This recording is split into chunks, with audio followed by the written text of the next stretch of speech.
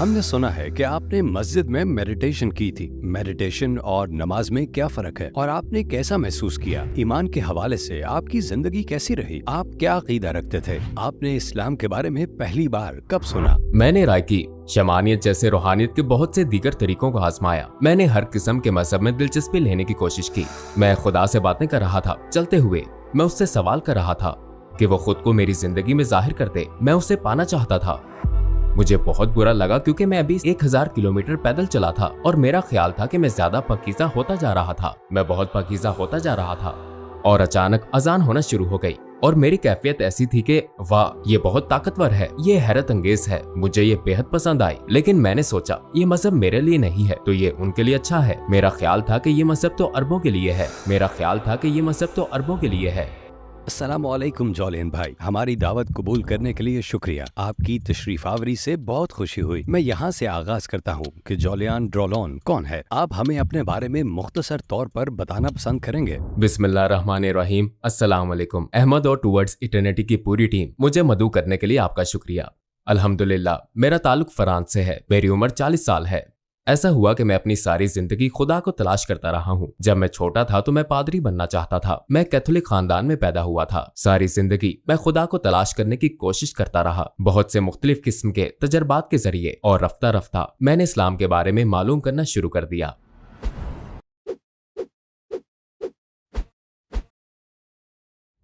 ईमान के हवाले से आपकी जिंदगी कैसी रही? आप क्या अकीदा रखते थे?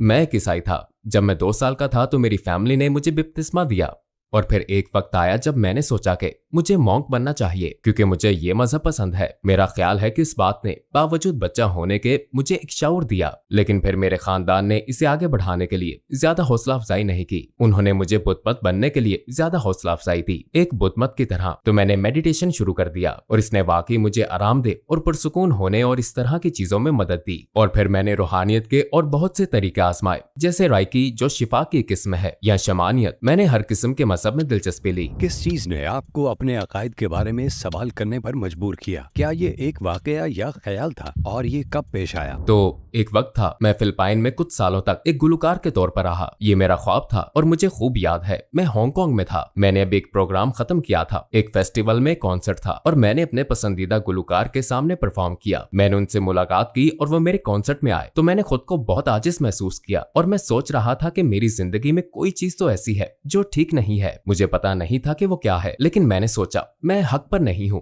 अचानक मुझे एहसास हुआ मेरे पास एक अच्छी जिंदगी और सब कुछ है, लेकिन मेरी जिंदगी में एक चीज की कमी है। मैं जानता हूँ कि मैं अपनी जिंदगी को सही तरीके से नहीं गुजार रहा। मैं ये नहीं कह पाया कि वो क्या है। तो ये एक मुहर्रक था और मैंने पैदल चलने का फैसला किया। स्पेन की सरहद से मगरबी साहिल की तरफ 1000 किलोमीटर। ये 1000 किलोमीटर का सफर था। इसमें मुझे 30 दिन लगे। ये एक बहुत अच्छा तजर्बा था, इसलिए कि मैंने खुदा के बारे में सोचना शुरू कर दिया। मैंने रास्ते में बहुत से ईसाइयों से मुलाकात की तो मेरा ख्याल है कि एक बड़ा वाकया था, इसलिए कि मैं चलते हुए खुदा से बातें कर रहा था। मैं उससे सवाल कर रहा था कि वो खुद को मेरी जिंदगी में जाहिर कर दे। मैं उसे पाना चाहता था और मुझे लगता है कि चलना इस अमल का हिस्सा था। सफर के खत्म होने पर आपने क्या महसूस किया? क्या आपने वाकई खुदा को तलाश कर लिया? बदकिस्मती से 1000 किलोमीटर चलने के बाद मुझे बहुत अच्छी तरह याद है, बिलाखिर आप ज्यादा खालिस और पाकीज़ा होने की तवक्को रखते हैं, ठीक है ना? चनाचे मैं सैंटियागो डी कंपोस्टेला में पहुंचा। मैंने तकरीब में शिरकत की। वहां एक ब्राजीली शख्स था जो मेरे रास्ते में साइकिल ले आया और मुझे कुछ खौफजदा कर दिया और मैंने उसे ब्राजीली जबान में कुछ बुरा कह दिया। जवाब में उसने भी मुझे बुरा भला कहा। फिर मुझे बहुत बुरा लगा क्योंकि मैंने 1000 किलोमीटर का फासला तय कर लिया और मेरा ख्याल था कि मैं ज्यादा पाकीज़ा हो रहा हूँ। इस वाक़े के बाद मैंने महसूस किया कि सिर्फ चलना काफी नहीं है। आपको किसी ऐसी चीज के साथ चलना जरूरी है जो आपकी रहनुमाई करे कि आप दूसरों के एहसासात को ठेस ना पहुंचाएं। आपने पहली बार इस्लाम के बारे में कब सुना? बिल्कुल पहली बार मेरा ख्याल है कि मैंने 9/11 के वक्त इस्लाम के बारे में सुना था। उस वक्त मैंने इस्लाम को तवज्जो देना शुरू की। तो पहला शख्स जिसने मुझे इस्लाम के बारे में बताया बहुत वाज़ेह तौर पर, और वो पहला शख्स मुझे याद है, वो एक टैक्सी ड्राइवर था। जब मैं अबू धाबी में था, मैं फिलिपाइन के लिए एक प्रवास का इंतजार कर रहा था। मुझे 6 घंटे गुजारने थे। मैंने सोचा कि मुझे एयरपोर्ट पर नहीं ठहरना चाहिए बल्कि मुझे इलाके का नजारा करना चाहिए। मैं अबू धाबी के बारे में नहीं जानता था, लिहाजा मैंने टैक्सी ड्राइवर से पूछा मैं यहाँ क्या देख सकता हूँ, और उसने कहा कि यहाँ एक बड़ी सफेद मस्जिद है, बहुत बड़ी मस्जिद। मैंने कहा चलो चलते हैं, और उस मस्जिद की तरफ जाते हुए उसने रेडियो चला दिया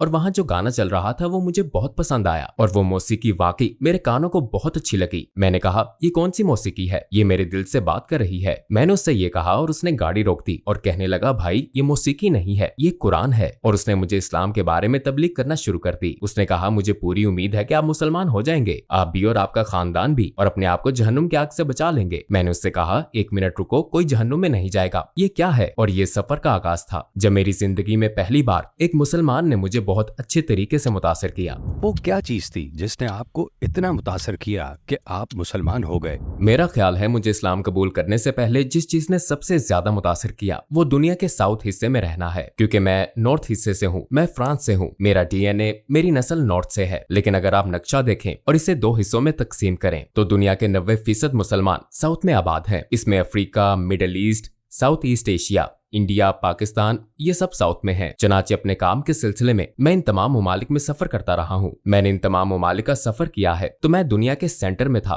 और बहुत से ममालिक जिनका मैंने विजिट किया उनमें अजान होती थी और अजान हमेशा मुझे मुतासिर करती थी। मिसाल के तौर पर मुझे याद है कि तंजानिया में एक दिन मैं कुछ अफ्रीकी दोस्तों के साथ फुटबॉल खेल रहा था कि अचानक अजान होना शुरू हो गई और मेरी कैफियत ऐसी थी कि वाह, ये बहुत ताकतवर है, ये हैरत अंगेज है, मुझे ये बहुत पसंद आई। इसके बाद मैं साइप्रस गया, वहीं अजान निकोसिया में भी हो रही थी और इसका मुझ पर ऐसा असर हुआ कि जैसे मैं खींचा चला जा रहा हूँ। लेकिन मैंने सोचा ये मजहब मेरे लिए नहीं है तो ये उनके लिए ही अच्छा है। मेरा ख्याल था कि ये मजहब तो अरबों के लिए है। आप कैसे कायल हुए कि इस्लाम 100% सच्चा है? मुझे इस्लाम के 100% सच्चा होने का यकीन 2 वजह से है। उनमें से एक तो हकीकत है क्योंकि कुरान अल्लाह का कलाम है और मुझे ये महसूस हुआ, हालांकि मुझे इसका बिल्कुल इल्म नहीं था। दरअसल बहुत सी चीजें जो कुरान में बयान की गई हैं वो अभी या चंद दहाइयों पहले ही दरियाफ्त हुई हैं। मुझे यकीन नहीं आया कि मैं असल में कुरान ने मुझ पर अपने आप को साबित किया कि ये सिर्फ अल्लाह का ही कलाम हो सकता है, ये सिर्फ खुदा की तरफ से ही आ सकता है, ना कि हजरत मोहम्मद सल्लल्लाहु अलैहि वसल्लम की तरफ से। लेकिन दूसरी वजह तजर्बा है। मैंने बहुत सी हैरत अंगेज चीजों का तजर्बा किया है, उनमें से एक मैं आपके साथ शेयर करता हूँ। तो मैं खुदा की तलाश में था और खुदा से दुआ कर रहा था और मैं उस वक्त तक बतौर एक ईसाई दुआ कर रहा था। यूट्यूब पर कुछ अल्फाज थे कुरान करीम की एक आयत के जिसमें बारिश के बारे में बयान किया गया है और जबकि मैं अभी इस आयत को पढ़ ही रहा था कि मेरी खिड़की के सामने बारिश बरसना शुरू हो गई 10 सेकंड के लिए। वाकई बिल्कुल इसी तरह, सिर्फ मेरी खिड़की के सामने, बाकी हर तरफ नहीं थी। मैं 30वीं मंजिल पर रहता था। जब मैंने इस आयत का ये असर देखा तो मैं समझ गया कि अल्लाह ताला ने मुझे मेरे सवाल का जवाब दे दिया है और मैं रोने लगा। मेरी हालत ये थी कि मैं खुद को बहुत खुशकिस्मत महसूस कर रहा था कि अल्लाह सुब्हानो ताला ने मुझे ये दिखाने का फैसला किया, ये लो आप जॉब चाहते हो, आप बारिश चाहते हो, ये लो आप धूप चाहते हो, ये लो। तो आपने इस बारिश वाले वाक़े के फौरी बाद कलमा शहादत पढ़ लिया। मैं कहूंगा कि मेरी हतमी तब्दीली का वक्त वो अमेरिकी आलिम यूसुफ एस्टेस की तकरीर थी जिनके साथ मिलने और काम करने का मुझे मौका मिला, जबकि उन्होंने एक सियाफाम भाई को ये बात समझाई थी कि कुरान और बाइबल में क्या फर्क है और वो ये क्यों कहते हैं कि कुरान मजीद अल्लाह का कलाम है, बाइबल नहीं। उन्होंने इसे इतने खूबसूरत तरीके से बयान किया कि 30 मिनट के बाद मैंने कलमा शहादत पढ़ लिया। तो कलमा शहादत पढ़ते वक्त आपने कैसा महसूस किया? जब मैंने कलमा शहादत पढ़ा मुझे यूं महसूस हुआ जैसे $1 बिलियन। मुझे ऐसा लगा जैसे कोई मेरे पास आता है और कहता है, देखो आप मुसलमान हो गए हो, ठीक, जी हाँ, मैं आपके बैंक अकाउंट में 1 बिलियन डाल दूंगा, लेकिन आपको सबके सामने ये कहना पड़ेगा कि आप मुसलमान नहीं हैं। मैं लोगों को बताऊंगा, माजरत, मैं ये नहीं कर सकता, मुझे $1 बिलियन की जरूरत नहीं है, मैं इस वक्त इससे ज्यादा अमीर हो गया हूँ। सच्चाई बहुत कीमती है। आपके खानदान और इर्द गिर्द के लोगों का आपके इस्लाम कबूल करने पर क्या रद्द अमल था? मैं जानता था कि मेरे खानदान के लिए कोई अच्छी खबर नहीं होगी, मैं जानता था कि इस काम की कोई तारीफ नहीं की जाएगी, लेकिन मुझे कोई परवाह नहीं थी। जब मैंने अपनी वालिदा को बताया कि मैं मुसलमान हो गया हूँ, उन्होंने मुझसे कहा ये सबसे बुरी खबर थी जो मैं उन्हें बता सकता था, लेकिन अल्हम्दुलिल्लाह उन्होंने अपना जहन तब्दील कर लिया, क्योंकि मुझे लगता है कि उन्हें समझ आ गई थी कि इस्लाम में बहुत सी खूबसूरत चीजें हैं। वो समझ चुकी थी कि मैं पहले से बेहतर इंसान बन चुका हूँ। इस्लाम आपको एक बेहतर इंसान बनाता है। मुसलमान होने के बाद क्या आपको दिन में 5 बार नमाज पढ़ने में मुश्किल पेश आई? इसी तरह रोजे रखना और दीगर इस्लामी इबादत में? मुसलमान होने के बाद मुझे 5 वक्त की नमाज शुरू करने में तकरीबन 1 महीना लगा। पहले 1, 2 और फिर आहिस्ता आहिस्ता, और सबसे मुश्किल नमाज फजर है, सुबह की पहली नमाज। लेकिन जब मैं आदी हो गया, मैंने कभी इस मामूल को तर्क नहीं किया। मैं हमेशा 5 वक्त नमाज अदा करने की कोशिश करता हूँ। सुना है कि आपने एक मस्जिद में मेडिटेशन भी की थी। नमाज और मेडिटेशन में क्या फर्क है और आपने कैसा महसूस किया? बुनियादी फर्क मेडिटेशन या के